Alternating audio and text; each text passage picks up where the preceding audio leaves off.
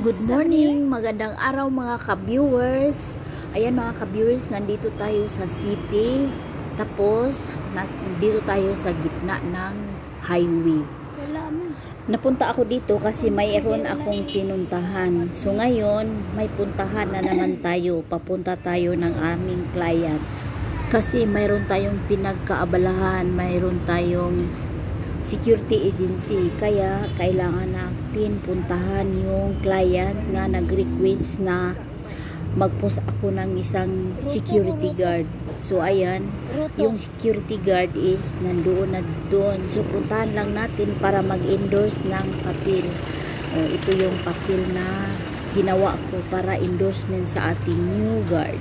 So samahan niyo ako mga ka-viewers. Nag-commute lang ako, nagsakay ng jeep kasi wala naman tayong sasakyan, mayroong motor, kaya lang yung anak ko is nag-school at yung isa nagtrabaho. So ako na lang ang nagtrabaho dito.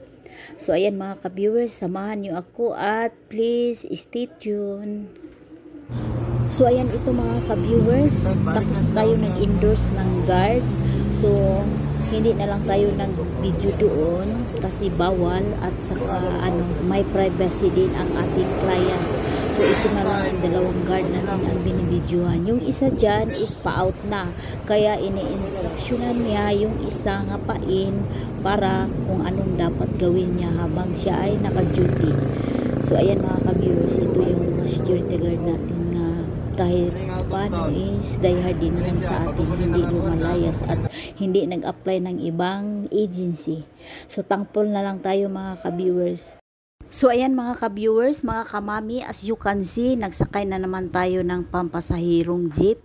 So yung galing doon is almost mag-jeep tayo is 30 minutes to 35 minutes. Kung may sakyanan kayo is hindi lang mag 20 minutes makarating na kayo sa bahay. Kaya ako nag-commute kasi wala tayong sakyanan at saka hindi rin ako marunong mag-drive ng motor.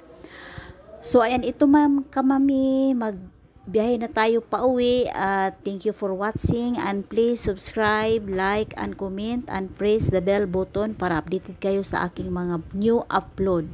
So thank you and bye. God bless and see you next video. Thank you.